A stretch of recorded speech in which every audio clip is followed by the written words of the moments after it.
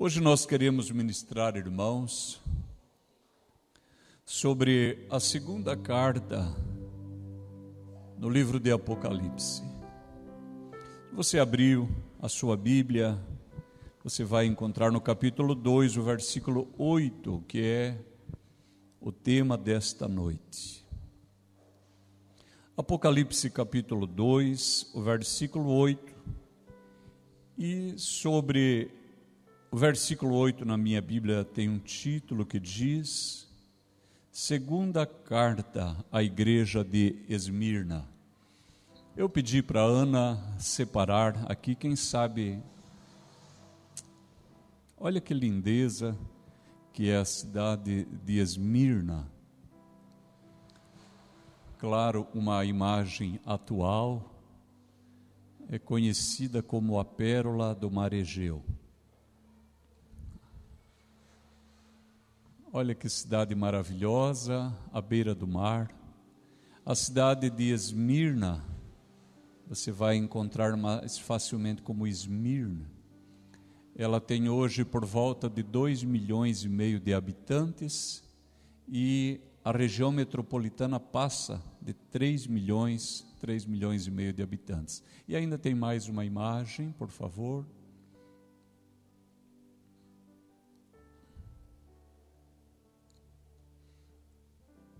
Aqui mais uma vista, um lugar muito lindo, que a Bíblia chama de Ásia Menor, mas que nós agora conhecemos como a Turquia, na região da Anatólia. Quando nós orarmos pela Turquia, vamos lembrar de orar pela filha da irmã Sara, a Oriana, que está lá com o esposo, Salomão, fazendo a obra missionária. E nós vamos ler por enquanto do versículo 8 ao 11, diz assim: E ao anjo da igreja que está em Esmirna escreve: Isto diz o primeiro e o último, que foi morto e reviveu.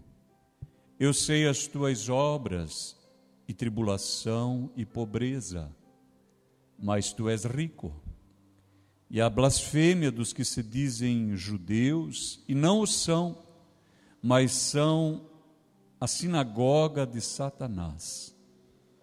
Nada temas das coisas que hás de padecer. Eis que o diabo lançará alguns de vós na prisão, para que sejais tentados, e tereis uma tribulação de 10 dias. Se fiel até a morte, dar-te-ei a coroa da vida. Quem tem ouvidos, ouça o que o Espírito diz às igrejas. O que vencer não receberá o dano da segunda morte. Amém. Estamos diante de Ti, Senhor, diante da Tua palavra, diante da Tua igreja. Pedimos que o Senhor manifeste a Sua presença e a presença do Seu Espírito, e revele a Sua palavra e o Seu propósito ao coração desta igreja. Nós oramos assim, Senhor, para o bem da igreja, para o meu bem e para a glória de Cristo Jesus. Amém e amém. Esmirna é hoje a terceira cidade da Turquia. Ela só fica atrás de Istambul e Ankara. Já nos tempos em que a carta foi redigida, já era uma cidade grande de mais ou menos 100 mil habitantes. Ela era uma cidade essencialmente idólatra. Já desde o século anterior à era cristã, eles tinham um templo dedicado à cidade de Roma, que eles chamavam a cidade deusa. E além dos muitos deuses, depois, no ano 26 da era cristã, eles ainda edificaram um templo para adorar o imperador Tibério. Então era um lugar essencialmente idólatra. E nesse ambiente, a igreja de Cristo estava. Os historiadores tentam situar a criação ou a edificação, o surgimento da cidade de Esmirna e acreditam que ela pode ter surgido por volta do 3º milênio antes de Cristo. Então note que é uma cidade que já tem por volta de 5.000 anos.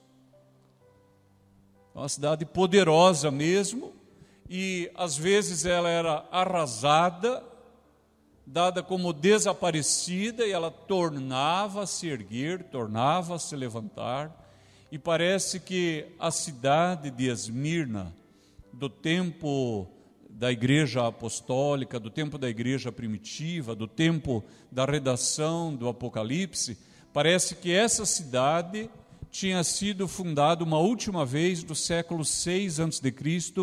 pelos líbios. Então note que a cidade, ela morria e revivia. Morria e revivia. E o Senhor escreve para essa igreja dizendo: isto diz o que foi morto e reviveu. Mas ele acrescenta algo, ele diz: eu sou o primeiro e eu sou o último. Notaram? Quem sabe nessa cidade, certamente as pessoas se orgulhavam da pujança da cidade, da capacidade de recuperação, de erguer-se do meio das ruínas e das desgraças.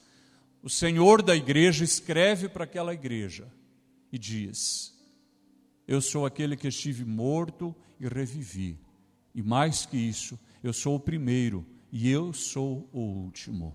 Bendito seja o nome maravilhoso do Senhor, o nosso Deus. Depois no versículo 9, olha que diferente.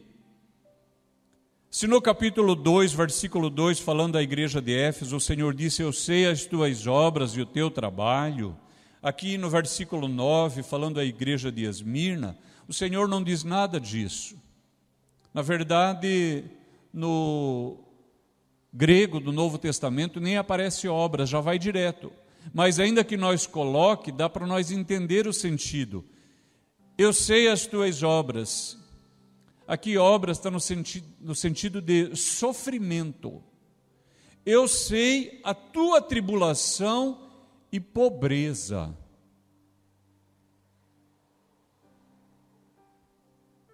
A palavra de Deus não diz por que essa igreja, justamente de Esmirna, uma cidade rica, uma cidade portuária, que se aproveitava de ser um porto importante, justamente fazendo a mediação entre a Europa e a Ásia. Eles estavam num ponto importantíssimo, exploravam isso muito bem. E por que numa cidade rica havia uma igreja pobre? Os irmãos percebem? Mas aquele cujos olhos são como chama de fogo, nada escapa ao seu olhar. E ele diz para aquela igreja: eu sei a tua tribulação e pobreza. Eu acho consolador pensar isso, que o nosso Deus enxerga os nossos tempos de prostração. Será que essa falta de trabalho, no sentido de a igreja também ser pujante, é porque a igreja teria chegado a um ponto de pobreza e miséria? Porque alguns tradutores dizem que a palavra, ela sugere mesmo miséria, em que a pessoa não consegue aventar nenhuma outra possibilidade a não ser ficar no lugar. E esse é um tema, irmãos, que a palavra de Deus reiteradas vezes tem falado para esta igreja, e fala da perseverança dos santos. Como eu gostaria que o Espírito do Senhor revelasse ao coração de cada um de nós a importância da paciência, a capacidade de permanecer fiel, mesmo quando tudo está dando errado. mesmo quando parece que as orações não são ouvidas, e até cogitamos se Deus está vendo. E o cristão continua no caminho, e o Senhor diz: eu sei a tua tribulação, eu sei a tua pobreza. É como se, sondando o coração daquela igreja, visse cristãos que pensassem: nós poderíamos fazer muito mais. Num lugar que tem templo para tudo que é tipo de deuses, tem até um templo para o imperador. Quem sabe nós pudéssemos erguer um templo para honrar o nosso Deus, e eles não conseguiam. Quem sabe o desejo de enviar um missionário, ou de ter mais pastores naquela mesma cidade, não conseguiam por causa da pobreza, por causa da miséria, da tribulação. E o Senhor, que sonda os corações, Ele veio ao encontro da igreja e disse: eu sei.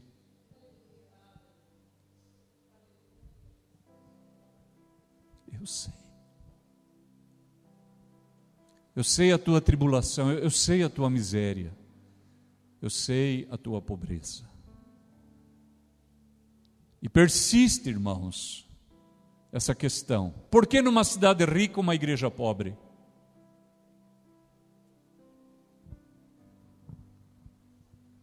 Queridos irmãos, em vários países onde subiu ao poder alguma autoridade contrária ao povo do Senhor, os cristãos tiveram um problema. E antes de nós, os judeus tiveram problemas.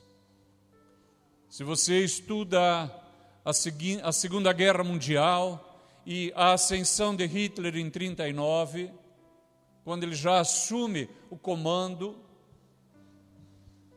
você começa a perceber que os judeus vão sendo tolhidos, os filhos não podem estudar em determinadas escolas, depois não podem mais comprar em determinados lugares, não podem mais trabalhar em determinadas áreas, já não podem mais ocupar postos importantes, lugares de autoridade, não podem concorrer ao serviço público, eles vão sendo tolhidos, banidos, cercados, achincalhados e no fim empurrados para um gueto como gente miserável e incapaz. Na cidade de Mafra, onde papai nasceu, havia um armazém. E um irmão da igreja, um italiano, trabalhava nesse armazém. E um dia, o patrão veio falar com ele e falou assim: eu tenho um assunto para falar com você, porque os clientes reclamam que você fala que o feijão é velho. E ele disse: só quando me perguntam. Mas você não pode dizer. Ele falou: eu não falo. Eu não falo.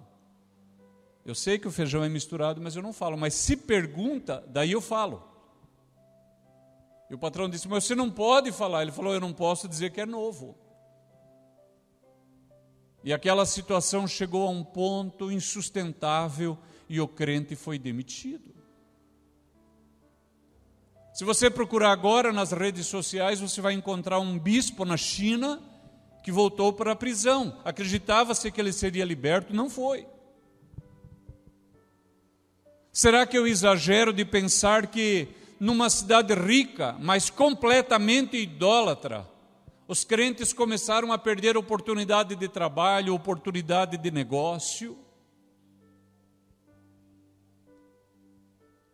Um dia papai foi comprar um terreno para a igreja e ele tinha o dinheiro. E quando já estava praticamente fechado o negócio, o vendedor descobriu que era para a igreja. Ele falou: para a igreja eu não vendo. Aqui em Londrina, quando nós chegamos, em frente à nossa casa, na Mário Canciano, numa esquina, há uma sala comercial. E eu quis alugar para a igreja, já no começo. E o dono disse: para a igreja eu não alugo. Então note, irmãos, é bem provável que eu esteja certo quando cogite a possibilidade de que esses crentes chegaram a um estado de miséria e tribulação, cercados por causa do seu testemunho. Mas o Senhor da igreja estava olhando. O Senhor estava vendo. Eremasai, Routiafar. Aleluia. Eu sei a tua tribulação e pobreza, mas tu és rico. Aleluia. O Senhor via naqueles crentes algo de muito valor. Algo de muito valor. E que está para sempre como testemunho diante do nosso Deus. Tu és rico. Aleluia. Alegre-se, tu és rico. O Senhor Jesus um dia havia dito para os crentes: alegrai-vos acima de tudo, porque o vosso nome está escrito no céu. E eu me alegro agora, já, enquanto falo com a senhora igreja, o meu coração está alegre. Porque há um livro lá no céu, onde pela misericórdia e obra suficiente de Cristo, o meu nome está escrito. Aleluia. Eu conheço a tua tribulação, a tua pobreza, mas tu és rico. Eu conheço também a blasfêmia dos que se dizem judeus e não são, mas são sinagoga de Satanás. Queridos irmãos, durante talvez 30 anos, a igreja foi majoritariamente judaica. Os primeiros crentes, eles eram quase que na sua totalidade judeus. E é por isso que quando nós queremos entender a prática da igreja, a eclesiologia, nós não podemos ignorar essa informação, porque senão nós podemos chegar a conclusões equivocadas. E a igreja, nos seus primórdios, ela era judia. O Senhor Jesus era judeu. Os apóstolos eram todos judeus. Venha comigo, por favor, para Mateus, capítulo 10. E nós vamos ler o versículo 5 e o versículo 6. Diz assim a palavra de Deus. Olhe só o que disse o Senhor. Mateus, capítulo 10, versículo 5. O próprio Senhor instruindo os 12. Jesus enviou estes 12 e lhes ordenou, dizendo: não ireis pelo caminho das gentes, nem entrareis em cidade de samaritanos, mas ide antes as ovelhas perdidas da casa de Israel. Perceberam? O próprio Senhor disse: vocês vão primeiro evangelizar o povo de Israel. Agora, no capítulo 16 de Marcos 16, você conhece, o versículo 15, olhe que agora o Senhor expande a sua ordem. Primeiro aquela ordem restrita, a casa de Israel. Agora em Marcos capítulo 16, versículo 15, disse-lhes: ide por todo o mundo, pregai o evangelho, para quem? Israel? Não, toda criatura. Perceberam que agora houve uma abertura. Entretanto, venha por favor para Atos capítulo 1. Mesmo o Senhor Jesus tendo feito a abertura, os discípulos permaneceram concentrados nos da sua própria nação. Diz assim o capítulo 1, o versículo 6. Aqueles, pois, que se haviam reunido, perguntaram-lhe, dizendo: Senhor, restaurarás tu neste tempo o reino a Israel? Eles tinham andado quase 3 anos e meio já.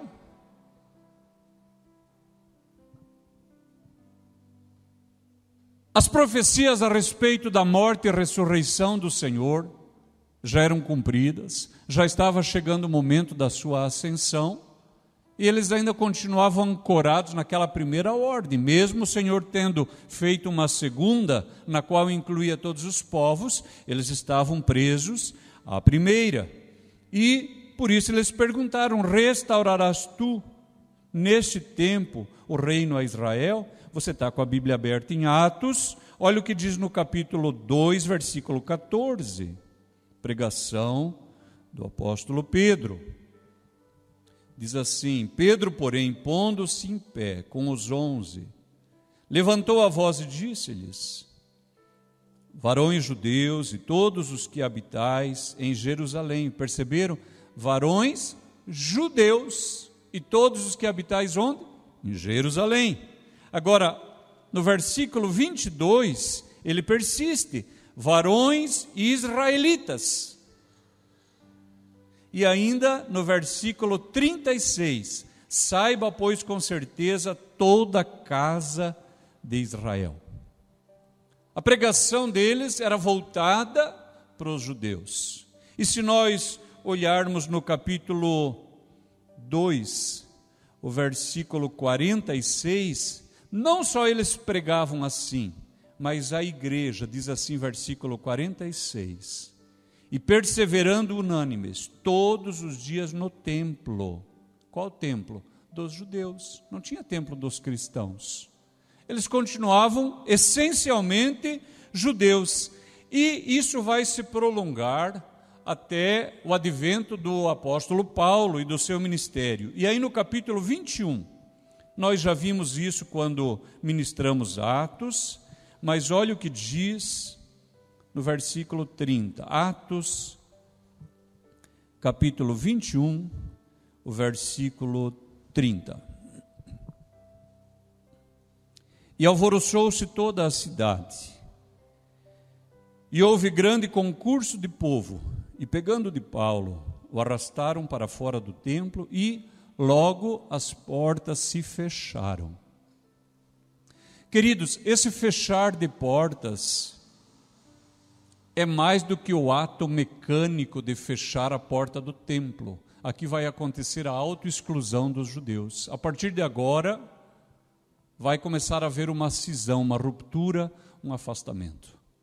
Porque durante mais ou menos 30 anos, os judeus olhavam para os cristãos dentro do judaísmo e achavam que era somente mais uma escola judaica, como a escola dos fariseus, dos saduceus, dos zelotas, dos essênios. Haveria agora esse grupo chamado do caminho, porque nem nome não tinha.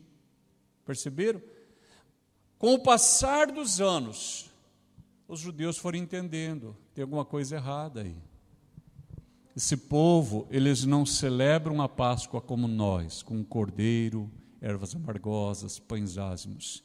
Eles comem um pão e bebem vinho. Para piorar tudo, eles aceitam que qualquer um participe disso, mesmo sem ser circuncidado. Então começou a haver uma ruptura e até que houve esse fechamento de portas, que foi um fechamento mecânico, mas também cultural, religioso, social. Volte, por favor, para Apocalipse capítulo 2.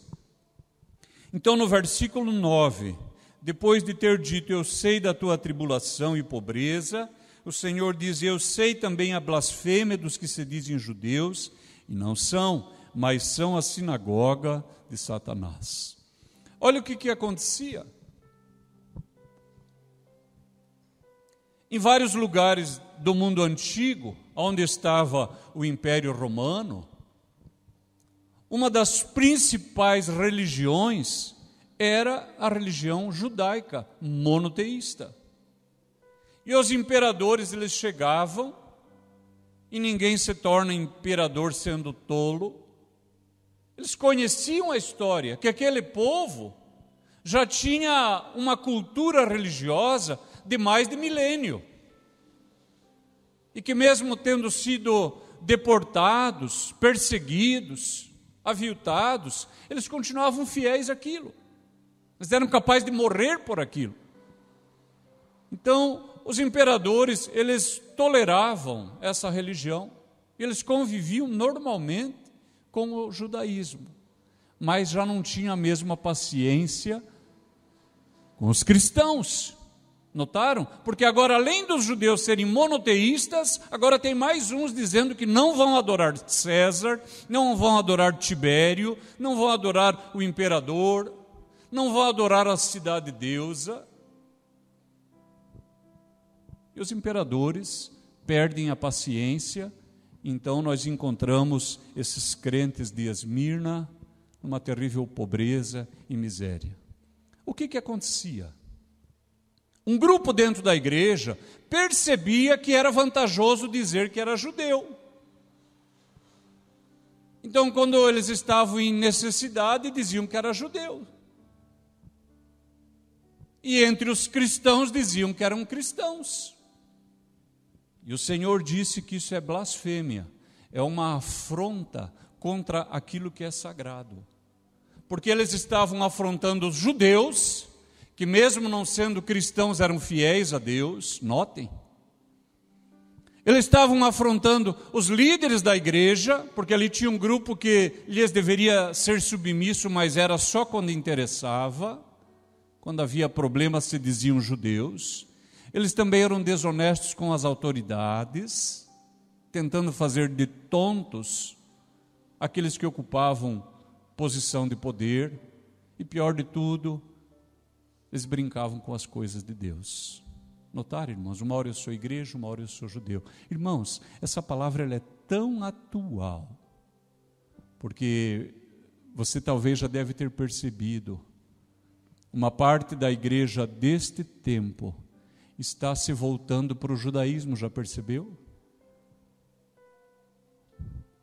Irmãos, se você subir ali no meu escritório, eu tenho uma menorá, eu acho a coisa mais linda. Tem até uma marquinha da aliança, não tem problema nenhum. Você pode ter como enfeite, como algo, uma lembrança, problema nenhum. Mas quando a sua fé começa a recuar para dentro do judaísmo, você está começando a dar um testemunho que a obra de Cristo não é bastante, que a obra de Cristo não é suficiente. E os cristãos carentes de uma boa base teológica, de uma base doutrinária, de uma compreensão adequada das Escrituras, voltam-se hoje para o judaísmo e é cada vez mais comum. Eu já tenho amigos, não vou usar as expressões, os títulos que eles se dão, porque não vale a pena. Mas veja uma coisa, venha comigo para Filipenses, no capítulo 3. Porque quando você olha para as festas judaicas, irmãos, as festas são lindas, eu concordo que são lindas. Todo aquele cerimonial, aquela glória, aquela beleza, mas irmãos, a igreja tem que entender, toda aquela glória, aquela beleza, apontava para quem? Para Cristo. E agora uma parte da igreja deixou de ver essa glória em Cristo e foi buscar no passado, de onde nós saímos, irmãos, de onde nós viemos. Mas olha o que diz Paulo, capítulo 3 de Filipenses, ele fala assim no versículo 3, porque a circuncisão somos nós, que servimos a Deus no Espírito, e nos gloriamos em Jesus Cristo, e não confiamos na carne. Agora, olhe só, ainda que também podia confiar na carne, irmão, se esses crentes aqui ocidentais, da América do Sul, acham que podem se fazer judeus e voltar atrás, imagine o apóstolo Paulo, olha o que ele diz, se algum outro cuida que pode confiar na carne, ainda mais eu, versículo 5, circuncidado ao 8º dia, da linhagem de Israel, da tribo de Benjamim, hebreu de hebreus, segundo a lei fui fariseu, segundo o zelo, perseguidor da igreja, segundo a justiça que há na lei, irrepreensível. Mas o que para mim era ganho, reputei-o por perda, por Cristo. E na verdade tenho também por perda todas as coisas, pelo conhecimento de Cristo Jesus. Aleluia, notaram? Paulo estava vindo lá de trás. Ele conhecia os rituais, todas aquelas práticas, aquelas cerimônias, aquelas festas lindas, maravilhosas, culturais, sociais, inclusivas, físicas, tangíveis. Ele conhecia tudo aquilo. Mas quando Jesus se mostrou para ele, ele entendeu, é disso que a palavra estava falando. Tudo aquilo é perda, fica para trás. E agora, como é possível ter crentes no século 21 voltando àquilo, como se fosse grande coisa? Olha o que ele diz: eu considerei como perda todas as coisas, pela excelência do conhecimento de Cristo. Aleluia. Volte, por favor, para Apocalipse, capítulo 2. Aleluia. O Senhor diz: a blasfêmia dos que se dizem judeus e não são, que a igreja esteja plantada em Cristo. Na sequência, o Senhor diz para a igreja: não temas, nada temas das coisas que hás de padecer. Olhe, queridos irmãos, já era uma igreja atribulada, na pobreza. E o Senhor disse: você ainda vai passar, você ainda vai padecer. Irmãos, Deus tem um propósito que excede os nossos planos.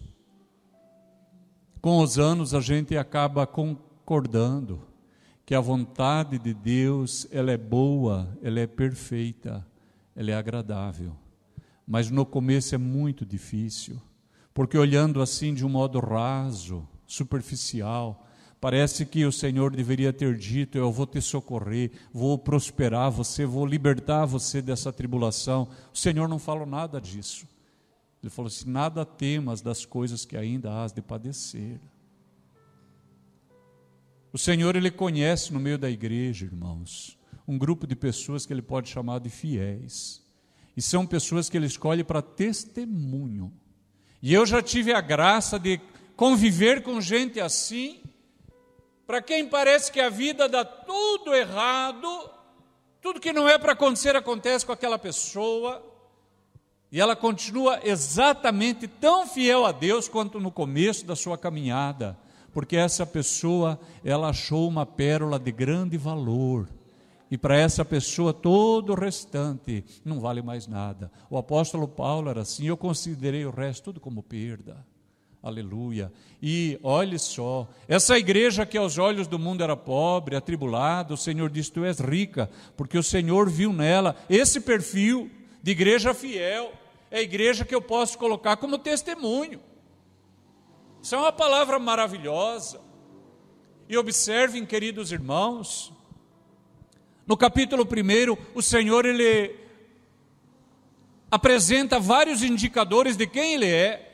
O seu cabelo, os seus olhos, a espada que sai da sua boca, a sua veste e tudo mais. Entretanto, aqui nós temos mais um testemunho de quem é Jesus. Jesus é aquele que tem o poder e o costume de dizer: não temas. Aleluia! Não temas, nada temas. Aleluia, nada temas. Venha, por favor, para Mateus capítulo 10. Eu vou ler poucas referências, porque a senhora, a igreja, conhece outras. Mas Mateus, no capítulo 10, eu quero ler o versículo 28. E não temais os que matam o corpo, e não podem matar a alma. Notaram? Não temais.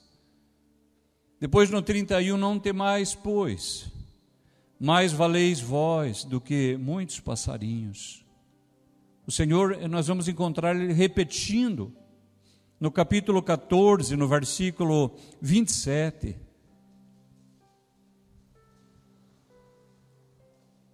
O Senhor Jesus, porém, lhes falou logo dizendo: tende bom ânimo, sou eu, não temais. A impressão que dá é que se eu passar pela rua e alguém falar assim: não tema, eu vou achar que é Jesus.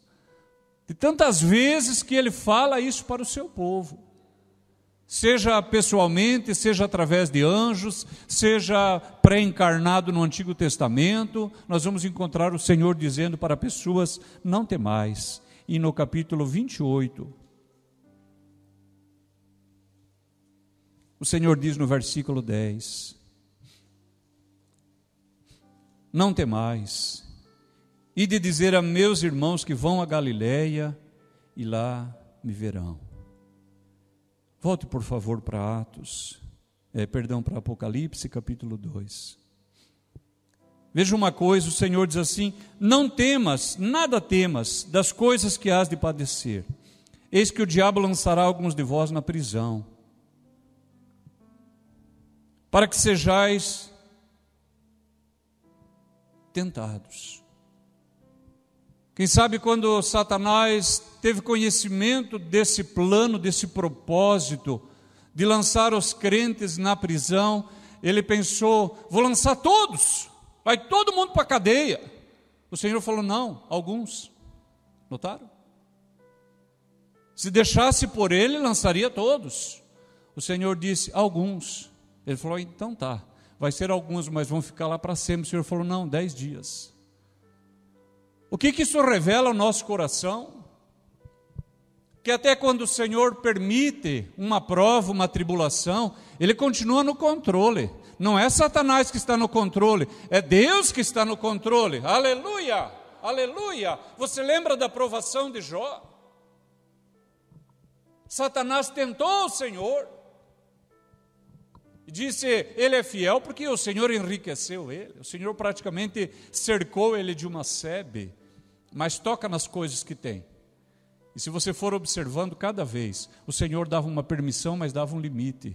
O nosso Deus é que põe limite nas coisas. Aleluia. O Salmo diz que é Ele que dá limite ao mar. É o Senhor que dá limite à nossa vida. É por isso que Ele fala: eu sou o primeiro e eu sou o último. Você pode confiar, o Senhor está cuidando de você. Mesmo que as coisas parecem sair do controle, elas continuam no controle do nosso Deus. Aleluia. Em Atos, no capítulo 5, no versículo 18,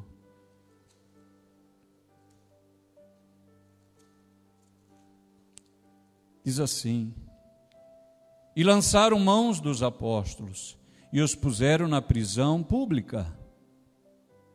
E versículo 40 diz: e chamando os apóstolos e tendo-os açoitado, mandaram que não falassem no nome de Jesus e os deixaram ir. E agora olhe, retiraram-se, pois, da presença do conselho, regozijando-se de terem sido julgados dignos de padecer afronta pelo nome de Jesus. Observem, queridos irmãos, a revelação que temos da palavra de Deus é que o Senhor não nos dá uma tribulação além daquela que nós podemos suportar. O Senhor sabia que esses apóstolos podiam, permitiu, para que todos saibam que o nome do Senhor é maravilhoso, que a vida que virá depois vale a pena, inclusive, se for preciso, perdendo essa. E para essa igreja de Esmirna, o Senhor disse: nada temas das coisas que hás de padecer. Você vai ter uma tribulação de 10 dias. Alguns vão ser lançados na prisão. Irmãos, mais ou menos 100 anos depois da escrita desta carta, o bispo da igreja de Esmirna, olhe só, ele foi colocado na fogueira. Ele já era um velho de 86 anos. Não se sabe se ele tinha 86 anos ou se a 86 anos ele era um cristão. Mas ele tinha essa idade ou mais. E quando ele está na fogueira, o algoz se penaliza porque é um velho. E diz: blasfema do nome de Cristo e vive. Ele disse: há 86 anos eu sirvo ao Senhor. Ele só tem me feito bem. Como eu poderia blasfemar do meu Rei, do meu Salvador? Prossigam com a vossa vontade. Meteram fogo nele. Você acha que aquelas pessoas esqueceram aquilo? Uma pessoa santa, uma pessoa justa, São testemunhos indeléveis, inarredáveis, que não se movem e entram para a história. Essa é uma igreja assim. E o Senhor, finalizando, diz: ser fiel até a morte, dar-te-ei a coroa da vida. Meu irmão, seja fiel até a morte. Minha irmã, seja fiel até o fim. É bonito a gente ver ministérios que decolaram, pregadores, operadores de milagres que fizeram maravilhas, liberaram sinais. Tudo isso é maravilhoso, nos inspira, glorifica o nome do Senhor. Mas a salvação vem da fidelidade até a morte. Não é até um pedaço da sua vida, não é até o apogeu, é até o fim. Seja fiel até o fim. Irmão, você já caminhou até aqui. Nós estamos mais perto da nossa redenção do que quando nós começamos.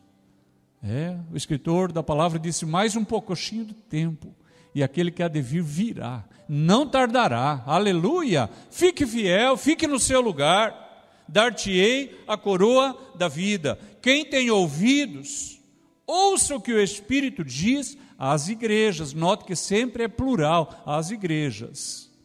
O destinatário singular, mas o fechamento da carta é sempre plural, às igrejas, querendo dizer que cada cristão é objeto dessa carta. Cada cristão deve comparar a sua vida, e é o que nós estamos fazendo aqui com a ajuda do Espírito Santo, olhando, lendo, pensando. E conclui com uma promessa maravilhosa: o que vencer não herdará o dano da segunda morte. Talvez todos nós passemos pela primeira, irmãos. É possível. Se o Senhor não vier por esse tempo, é possível que a gente sofra o dano da primeira morte. Mas se nós vencermos, nós não sofreremos o dano da segunda morte.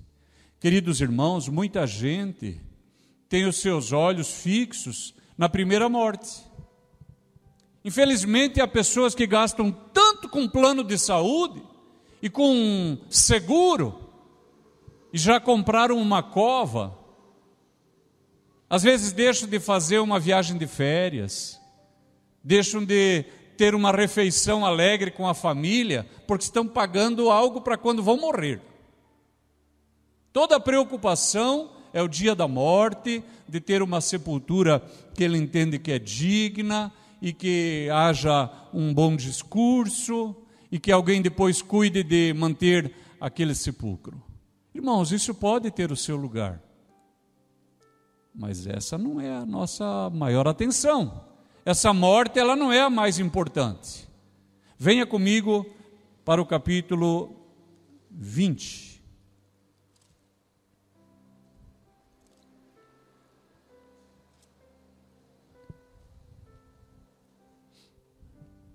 Diz assim o versículo 14.